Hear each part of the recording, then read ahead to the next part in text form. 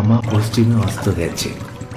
দিনের আলো আধারের সাথে লড়াই করে শক্তিহীন হয়ে পড়েছে। এবার তার বিশ্রামের পালা।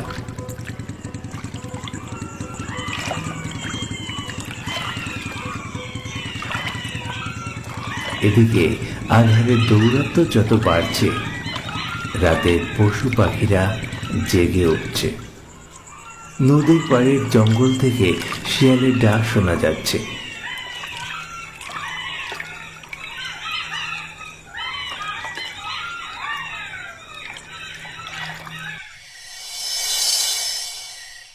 দীর্ঘ 20 মিনিট ট্রলারে যাত্রা করার পর অবশেষে মৃদুলের বাড়ি যেয়ে পৌঁছালাম। উমা, তোমরা এসে গেছো? এসো বাবা, এসো। ভালো আছেন কাকিমা? হ্যাঁ, আমি ভালো আছি। যাও, ঘরে যাও। অনেকটা দূর থেকে এসেছো, অনেক ধকল গেছে। তুমি বিশ্রাম নাও, আমি তোমার জল খাবার নিয়ে আসি।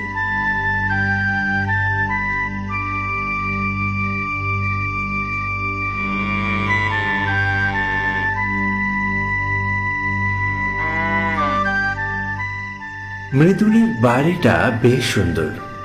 শহরের ইট পাথরের ছোঁয়া এখানে নেই। মাটি দিয়ে তৈরি দোতলা ঘর।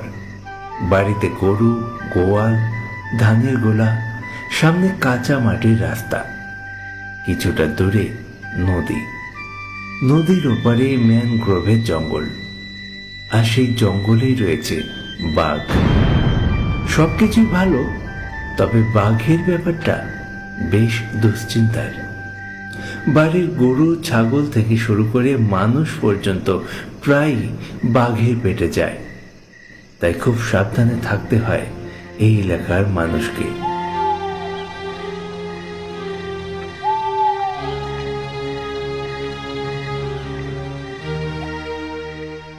আচ্ছা মৃদুল, তুই কখনো বাঘ দেখেছিস? কি বলছিস এসব? সুন্দরবনের ছেলে হয়ে বাঘ দেখবো না আমি? আরে বাঘ শুধু দেখিনি রে, একবার তো বাঘের থেকে মরতে মরতে বেঁচে গেছি রে, মরতে মরতে। তাই? কিরকম কিরকম? তা আমি একবার আমার বাবার সাথে মাছ ধরতে গিয়েছিলাম নদীতে। রাত তখন 2:30 বাজে। জলে নৌকার মধ্যে রয়েছি আমরা, তো হঠাৎই বাঘের গর্জন শুনতে পাই।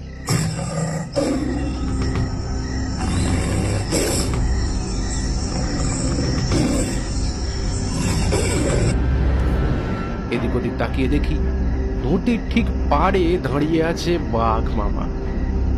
যে